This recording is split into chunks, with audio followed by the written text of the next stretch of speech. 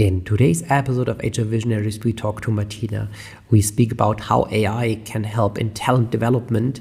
Stay tuned. Welcome to HR Visionaries, the show where we discover the truth behind contemporary HR. I'm your host, Benjamin. Join me as I unfold today's talent ecosystem with HR innovators from around the globe.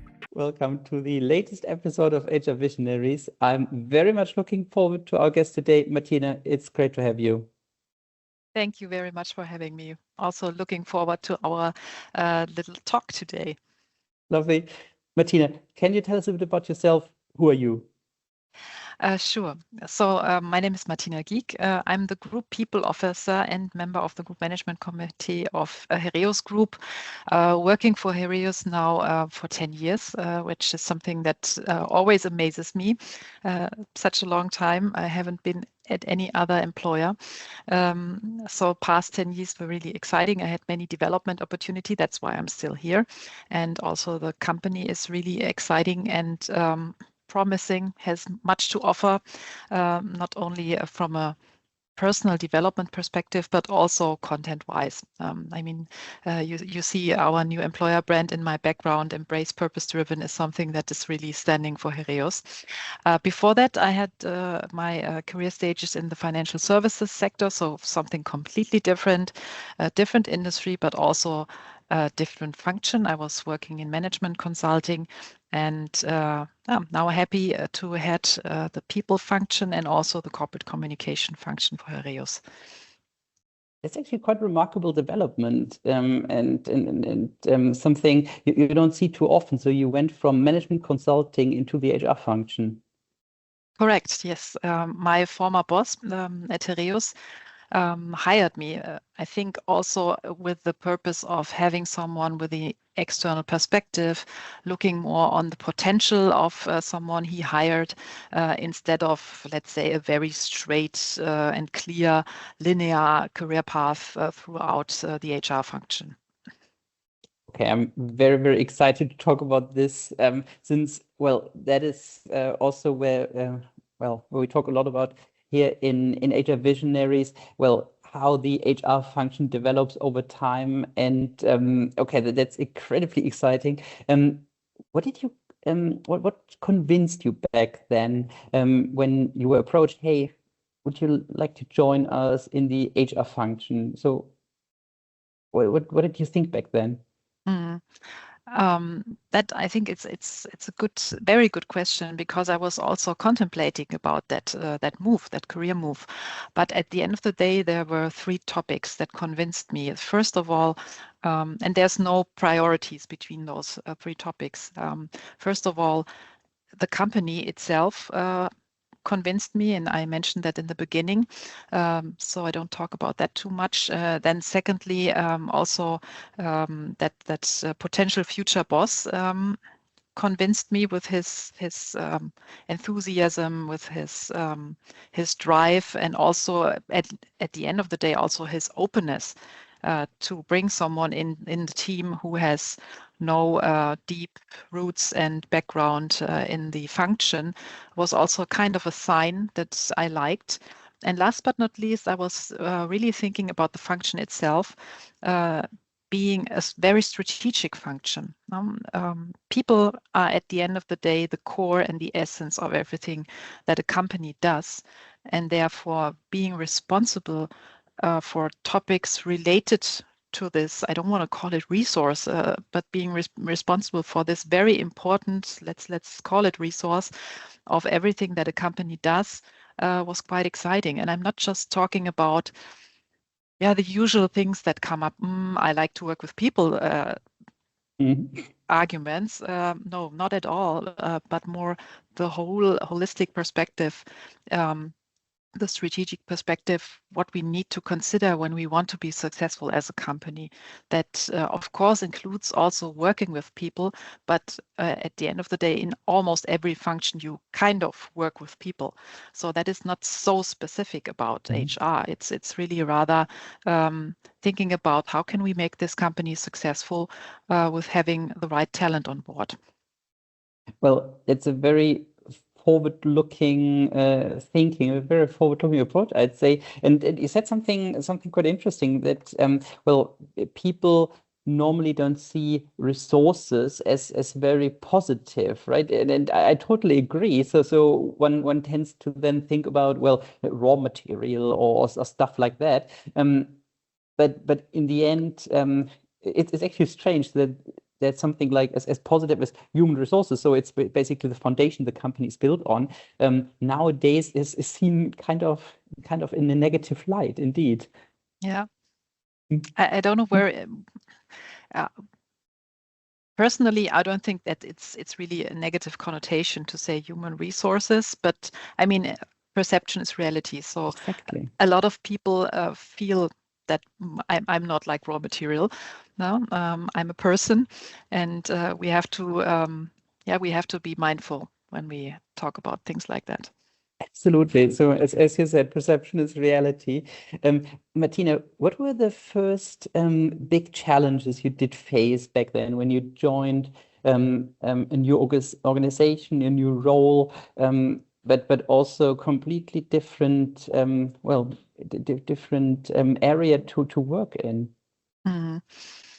Now, when I remember back to that time, one thing that I expected that did not happen, but in a very positive way, is that I was expecting to maybe not find an overwhelming welcome, considering the fact that I came from management consulting and I don't have the big HR background, but also being like in a project manager role. That is something that I experienced as a management consulting to be a position where the organization usually is a little bit hesitant to be very open, that the organization usually even reacts negatively. What does this person want from me? And does she now want to control my work or anything like that? But that was completely different. So there was a very open and welcoming culture.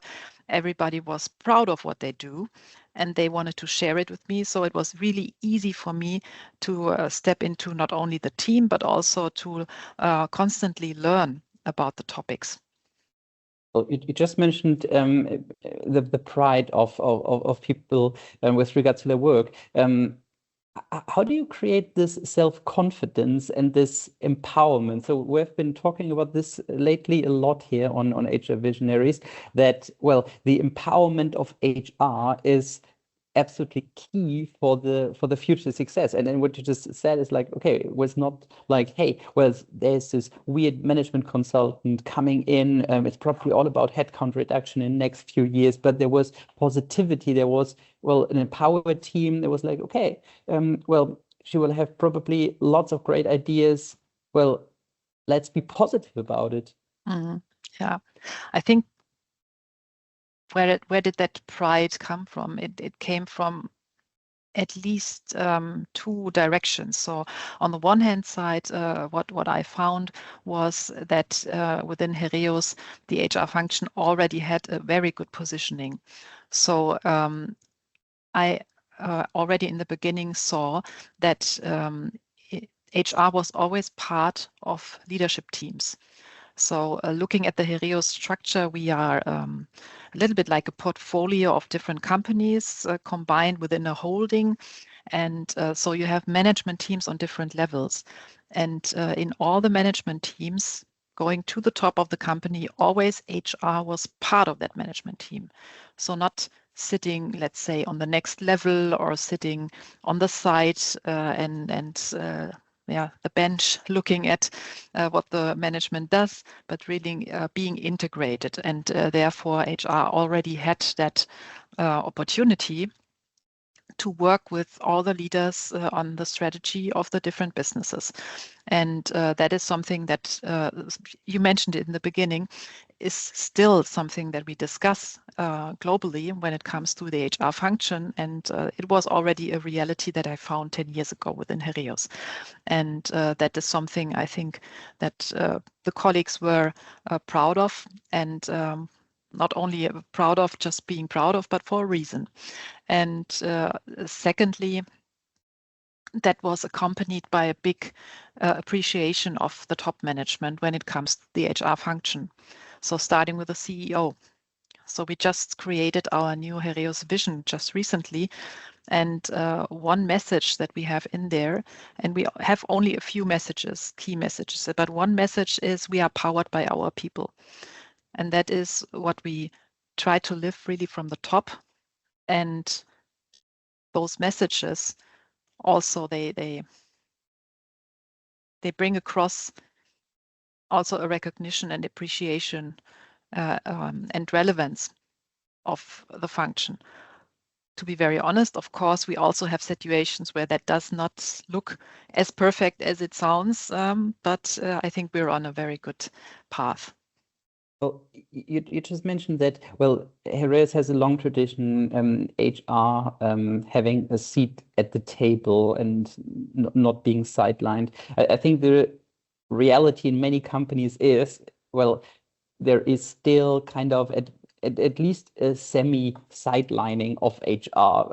I think that's fair to say as well, as an observation.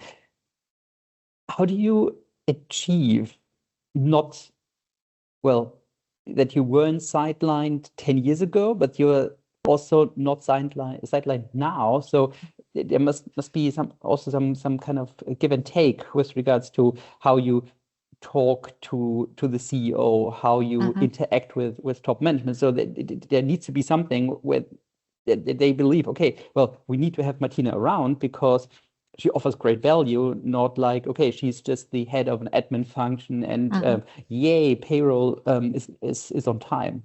Yeah, absolutely. I mean, at the end of the day, the team has to deliver. So it's not just about being there and being recognized and appreciated, but we also have to deliver. And that is not just Martina, it's really a big team contributing to that. So, and that starts with the colleagues who are taking care of our payroll, because I always say without that important foundation, I would not be able to talk about talent development, talk about succession planning, talk about leadership development if we are not excellent in delivering payroll. So that is also really, really important and goes through for all the countries. And even in, there are countries where it's even more appreciated, but also in Germany, it's really important to be good and excellent at, let's say, the foundational work, including not only payroll, but also everything that comes around the employee life cycle, which is different in the different countries, but starting with the contracts, with everything that the employees or the managers need just to live happily and just do the work and not think about everything that administration and local regulation requires. So that is, I think, the important foundation and baseline. And if you are good in delivering that, then you also, of course, have to bring up the good ideas and then execute them when it comes to further topics. So, for example, talent development, bringing the right people into the company, creating a good pipeline of leaders, and also having the right leaders in place, because for me, leadership is really, really, really essential around all people topics, and around that also building a culture. Those are all things where we as a function can bring in a big contribution, create a lot of value, but we need to do that together with the leadership teams. Because usually something that you find across also that topic that you mentioned, HR being a little bit on the sideline, is that leaders have a topic, a people topic, and they say, please HR solve it. And when you look at those topics, most often you will come to the conclusion, okay, HR can do it, but at the end of the day, it's the task of the leader to take care of that. And we also have to work with our leaders on taking over that responsibility and being enabled to deliver those leadership tasks as well. How do you, well, how do you do this successfully? Since, well, in particular in large organizations, well, well, a culture kind of develops over time, and it's very difficult to to kind of regulate or change culture if it turns out not to be great. If a culture is great, you can build on it. However, there's always the threat of things deteriorating. So that's actually a Herculean task.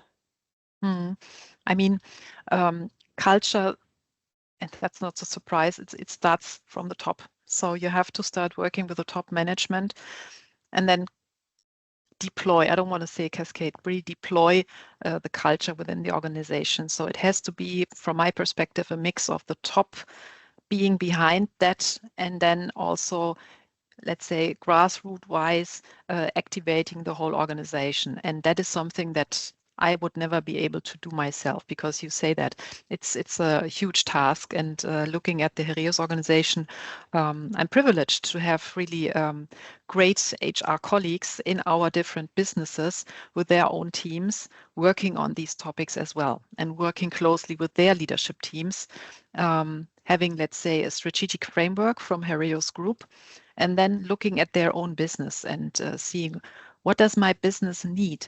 What kind of culture do we want to have? Because it could be different. We have a business that is active in bone cement.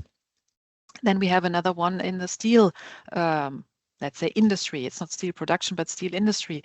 Very, very different cultures in those two businesses, both Heraeus, so they have something in common, but nevertheless, also looking at the locations, the one has headquarter Germany, the other one headquarter Belgium, they need to work out their own culture. And that is something that I can, let's say, support from the top management perspective. But at the end of the day, then my great colleagues in all the different businesses, they take the tasks up and work on that with their leadership teams, and that helps with the deployment. So let's say kind of a decentral approach to let it work, and being open for differences. So it's a diversity of cultures in a way.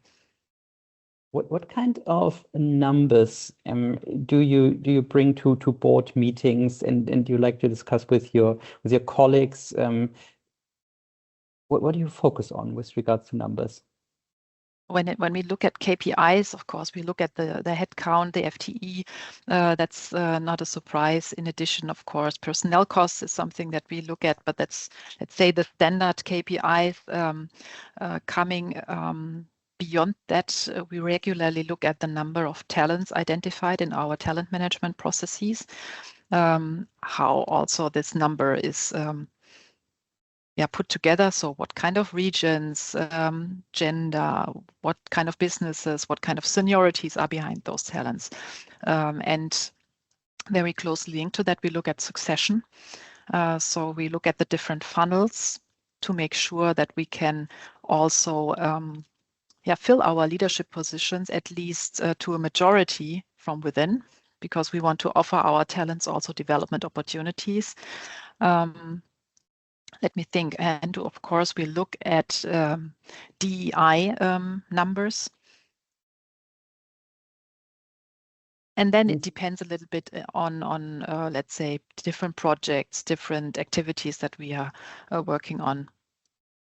I find this quite interesting, since I think what many HR organizations tend to not forget, but tend to underappreciate is that at the very top management level, you have to talk in numbers, right? So that a CEO only has that many minutes a day that he or she can absorb new information. Therefore, information must be crisp, and therefore numbers are the language you need to talk then. Absolutely.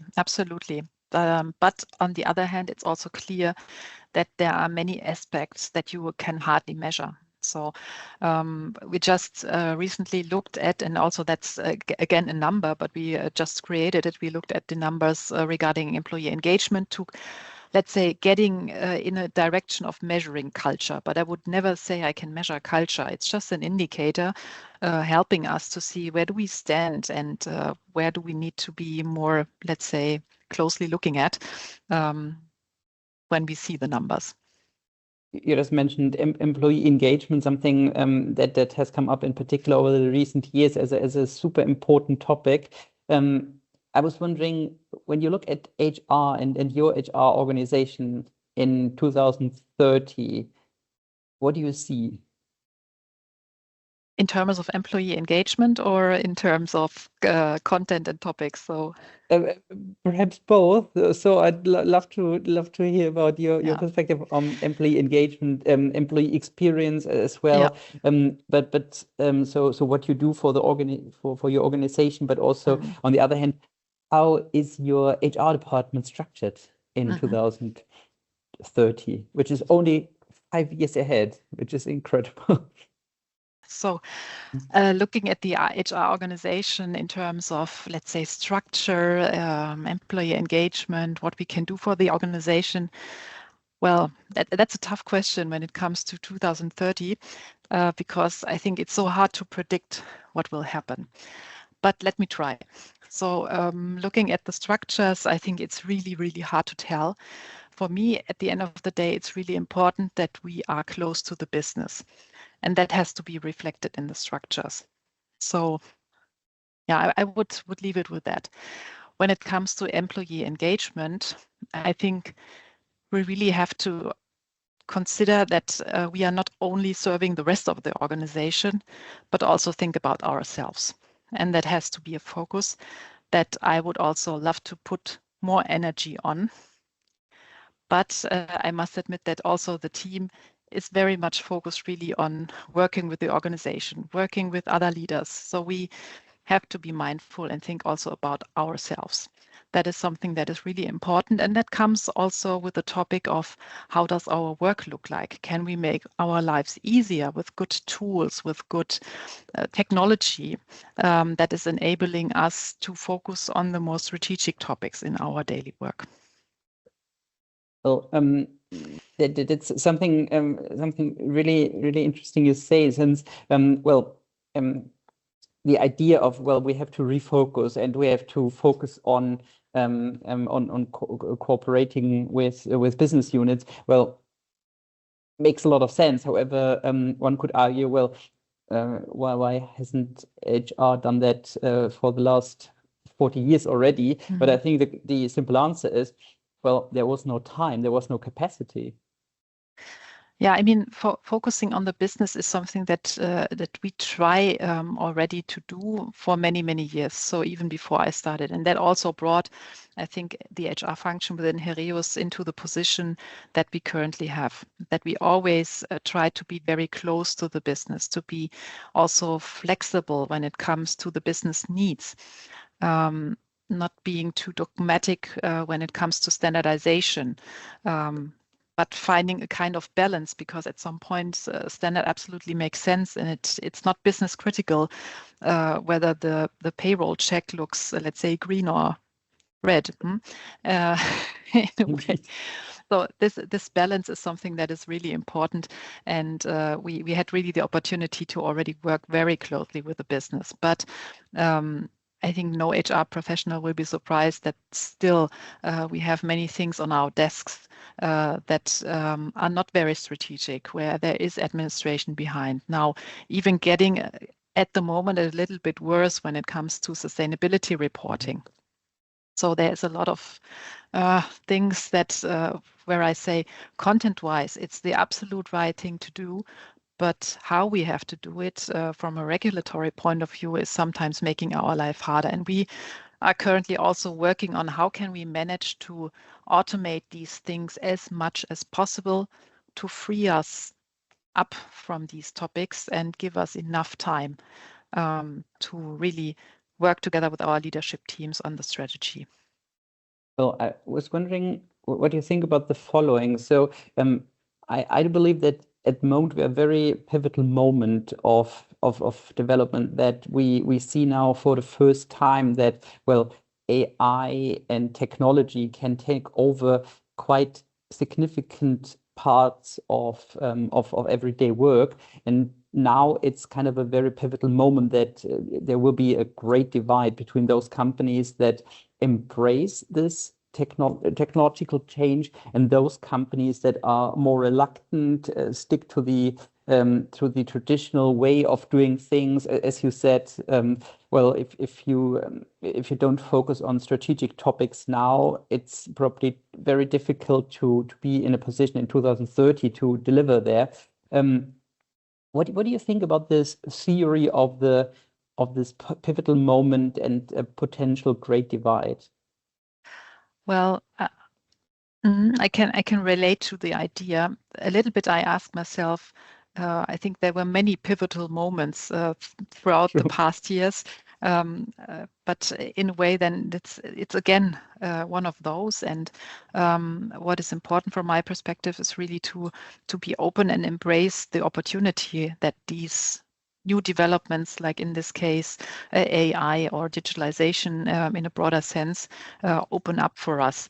And be open, but also be, let's say, in a positive way, critical. Just thinking about a couple of years ago when the whole agility was the big thing, and you had the impression if you don't turn around the whole organization to an agile organization, you will not survive, which was maybe a little bit exaggerated. Agility has a good place, but it's not the problem solver of everything. And when it comes to AI, I think it's a much larger topic. Therefore, I can relate to your statement regarding this moment that we have, and we have to embrace it. We have to be open, and we have to also, as a top management, learn what does it mean, what is behind, and even try it out. And especially AI offers many opportunities to try out and to use it in every job, every day.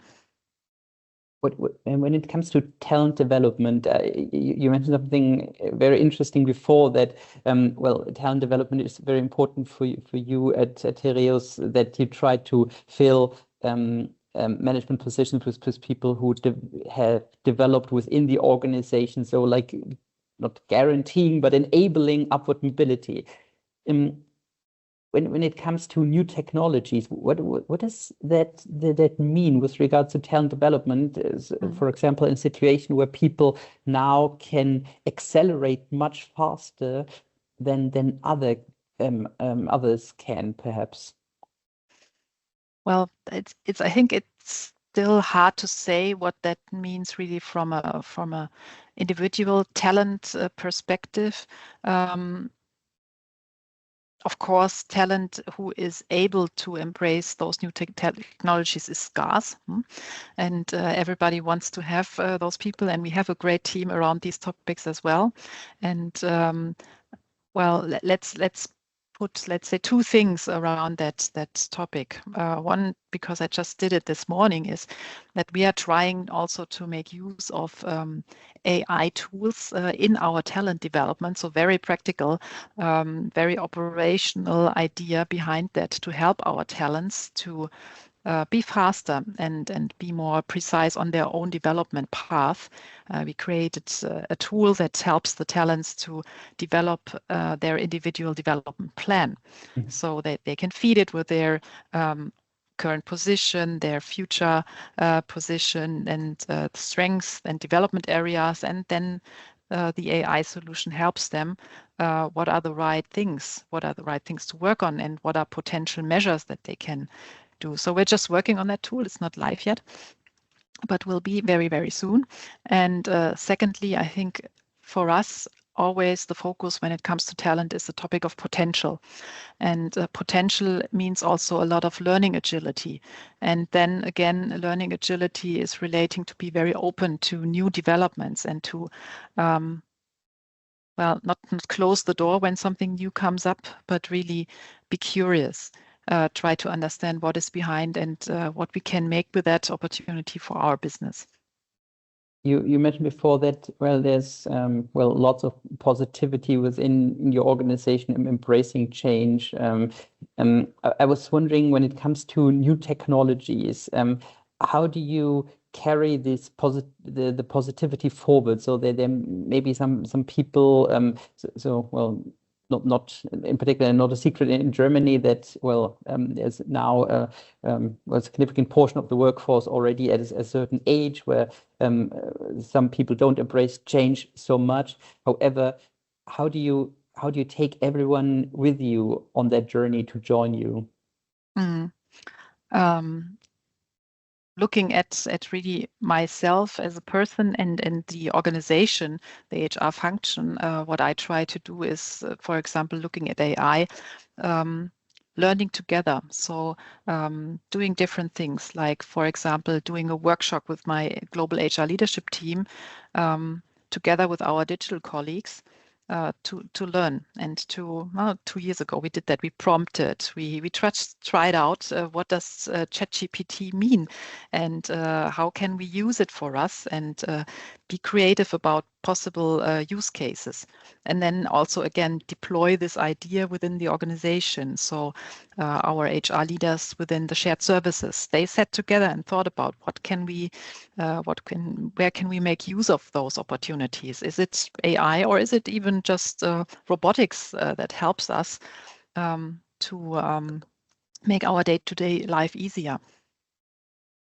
How do you deal with fear when people are reluctant about these developments?